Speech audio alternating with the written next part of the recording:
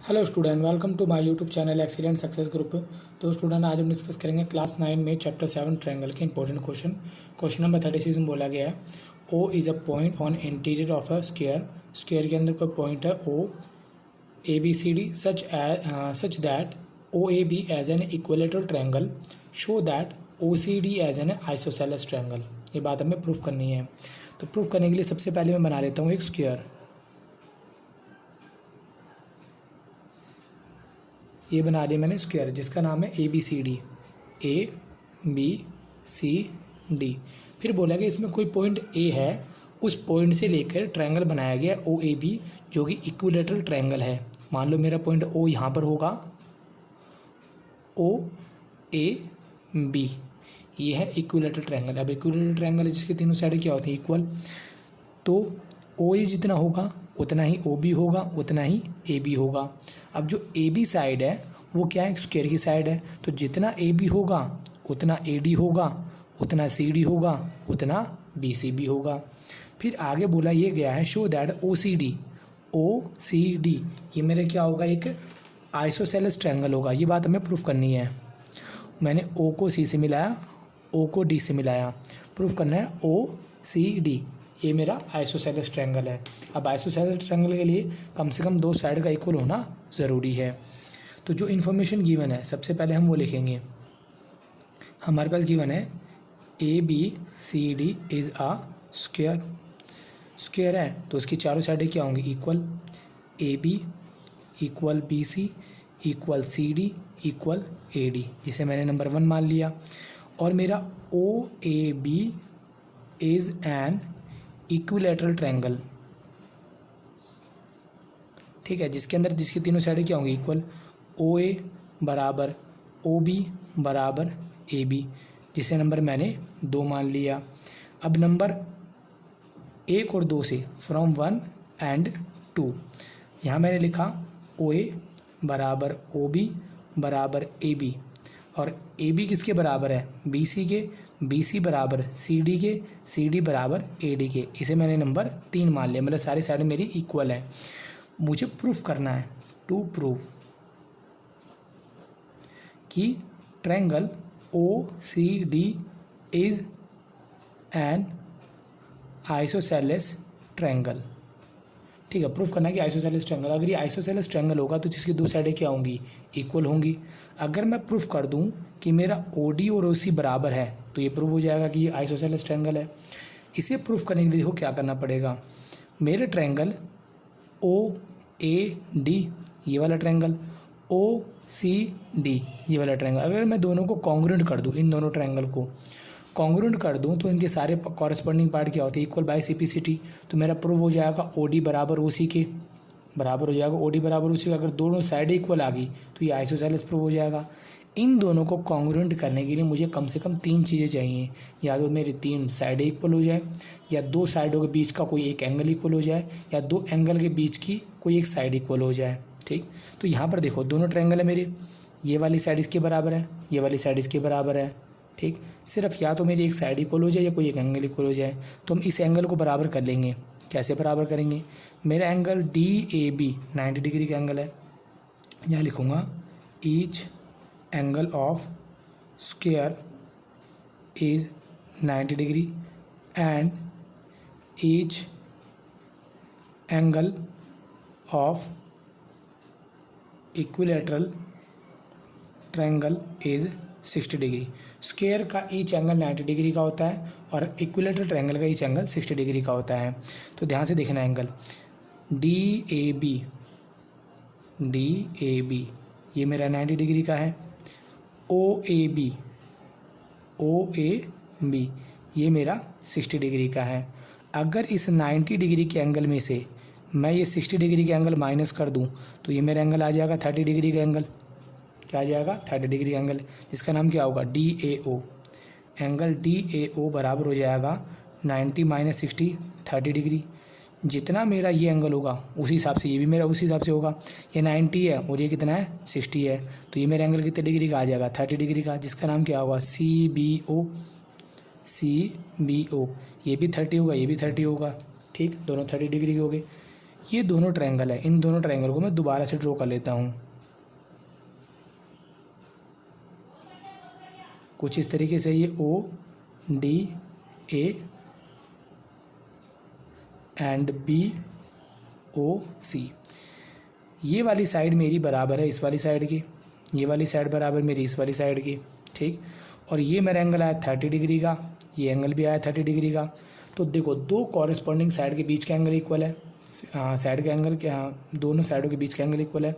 इस वजह से ये साइड एंगल साइड से कॉन्ग्रुएंट हो जाएंगे। तो यहाँ लिखा मैंने triangle AOD and triangle BOC दोनों ले लिए।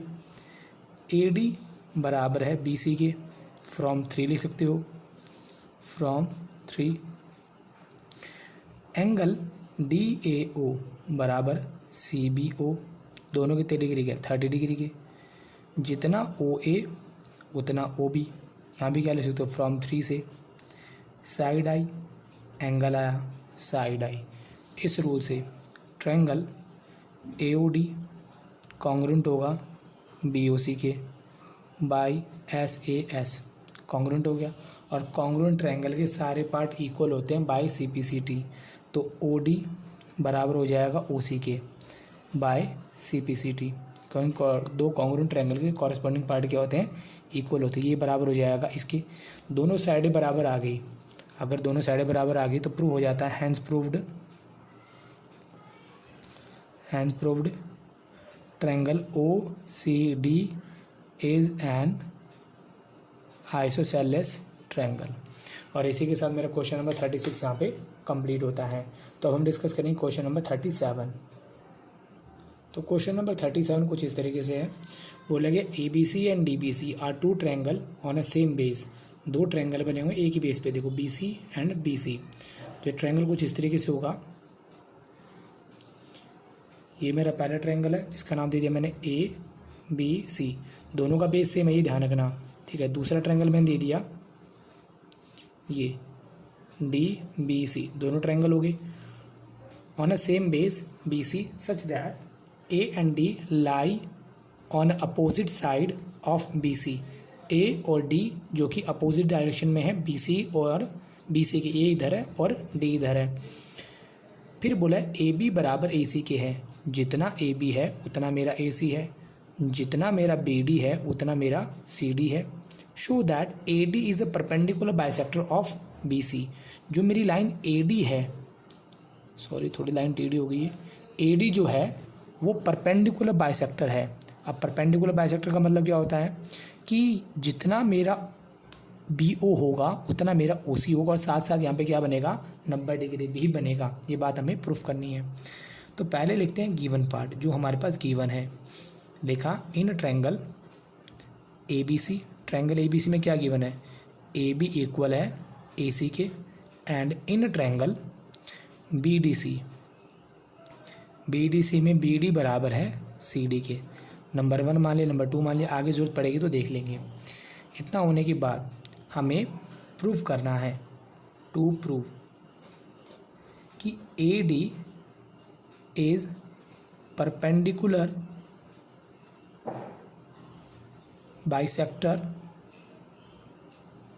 ऑफ BC, जिसका मतलब ये निकल के आता है कि AD 90 डिग्री बनाएगा BC पे, यानी 90 डिग्री होगा। और दूसरा, जितना मेरा OB होगा उतना मेरा OC होगा। ये दो बातें अगर मैं प्रूफ कर देता हूँ तो ये मेरा प्रूफ हो जाएगा, ये परपेंडिकुलर बाइसेक्टर है। तो अब प्रूफ करना शुरू करते हैं। सबसे पहले मैं इन दो बड़े ट्रायंगल को लेता हूँ, एक ये वाला ट्रायंगल जिसका नाम ABD, और दूसरा ट्रायंगल जिसका नाम DCA है। दोनों ट्रायंगल को ले लिया। लेने के बाद देखो ये वाली साइड मेरी इसके बराबर है, क्वेश्चन में गिवन है, ये साइड मेरी इसके बराबर है, ये भी क्वेश्चन में गिवन है। AD इसमें भी आ रहा है, AD इसमें भी आ रहा है। तो अगर दो ट्रायंगल की कॉरेस्पॉन्डिंग साइड तीनों इक्वल होती है तो वो कॉन्ग्रुएंट होते हैं। कॉन्ग्रुएंट का मतलब कि वो बिल्कुल हूबहू एक जैसी है, उनकी सारी डायमेंशन एक जैसी है। मैंने लिखा in triangle ABD and triangle ACD, दोनों ले लिए। AB बराबर AC के, BD बराबर CD के, ये दोनों ही चीज़ हमें क्वेश्चन में गिवन थी, ठीक। AD और AD ये दोनों में क्या आ रही है, कॉमन आ रही है, ठीक है, ये दोनों में क्या आ रही है, कॉमन आ रही है। तो साइड साइड एंड साइड, इस रूल से ट्रायंगल ABD कॉन्ग्रुएंट होगा ACD के बाई SSS। अगर दोनों ट्रायंगल कॉन्ग्रुएंट है तो सारे पार्ट क्या होंगे, इक्वल बाय CPCT। मैं इसे देता हूँ एंगल 1, इसे देता हूँ एंगल 2। एंगल 1 बराबर होगा एंगल 2 के बाय CPCT। इसे मैंने नंबर दे दिया 3। देने के बाद ये मेरा एंगल 1 हो गया, ये एंगल 2 हो गया। अब मैंने ट्रायंगल लिए दोनों छोटे वाले, एक ये वाला ट्रायंगल लिया जिसका नाम AOB,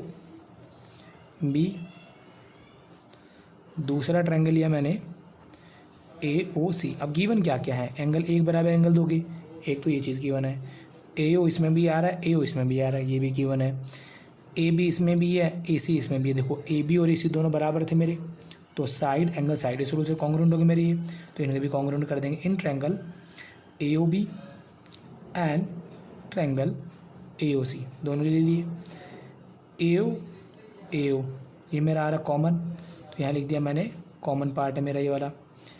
1 बराबर 2 के अभी प्रूफ किया था फ्रॉम 3 से, फ्रॉम 3 दूसरा रीज़न हुआ। AB बराबर AC के, ये बात तो क्वेश्चन में गिवन थी, ठीक। तो यहाँ है पहले साइड, फिर एंगल और फिर साइड। इस रूल से ट्रायंगल AOB कॉन्ग्रुएंट होगा AOC के बाई SAS। कॉन्ग्रुएंट हो गया। कॉन्ग्रुएंट ट्रायंगल के सारे पार्ट इक्वल होते हैं बाय CPCT से थ्रू। तो मेरा ये वाला एंगल बराबर हो जाएगा इस वाले एंगल के, इसे नंबर 3 दे दिया, इसे नंबर 4 दे दिया। एंगल 3 बराबर एंगल 4 के होगा बाय CPCT के, इसे नंबर 4 दे दिया। साथ ही साथ BO बराबर होगा OC के, ये भी बाय CPCT के होगा, इसे नंबर 5 दे दिया। देखो BO बराबर OC करना है, ये बात तो मैं प्रूफ कर चुका हूँ। अब इनको 90 डिग्री प्रूफ करना है सिर्फ। अगर 90 डिग्री प्रूफ हो जाता है तो मेरी स्टेटमेंट प्रूफ हो जाएगी AD परपेंडिकुलर है, परपेंडिकुलर बाइसेक्टर BC का। तो इसके लिए मैंने, ये मेरी एक लाइन है, देखो ज़रा बुक में, ये देखो इस क्वेश्चन में, ये BOC एंड A, यहाँ एंगल नंबर 3, यहाँ एंगल नंबर 4। तो क्वेश्चन मैंने इतनी फिगर बनाई ताकि आपको फिगर देख के समझ में आ जाए। एक लाइन के अगर 2 टुकड़े हों, दोनों का जोड़ कितना होता है, 180 डिग्री। रीज़न होता है लीनियर पेयर, लीनियर पेयर, ठीक। तो 3 बराबर 4 के, फ्रॉम 4 से, यूजिंग 4। तो या तो 3 की जगह 4 को रिप्लेस कर लो, 4 की जगह 3 को रिप्लेस कर लो। तो मैंने 4 की जगह पे 3 को रिप्लेस कर लिया। एंगल 3 2 टाइम्स 12 हुआ, इज इक्वल टू 180। मल्टीप्लाई में है, डिवाइड में आ गया, कितना है 90 डिग्री। जितना एंगल 3 होगा उतना एंगल 4 होगा। एंगल 3 का नाम क्या था, AOB। एंगल 4 का नाम एंगल AOC। दोनों कितने डिग्री के आ गए, 90 डिग्री के। 90 डिग्री भी आ गया और दोनों पार्ट भी इक्वल हो गए। तो इससे प्रूव होता है, hence proved AD is perpendicular bisector of BC। और इसी के साथ क्वेश्चन नंबर 37 यहाँ पे कंप्लीट होता है। उम्मीद करता हूँ स्टूडेंट आपको क्वेश्चन समझ में आ गए होंगे। अगर आपको वीडियो अच्छी लगी हो तो वीडियो को लाइक करें, शेयर करें, कमेंट करें और इस चैनल को जरूर सब्सक्राइब कर लें। ठीक है, मिलते अगले वीडियो में। Okay, bye bye, thank you.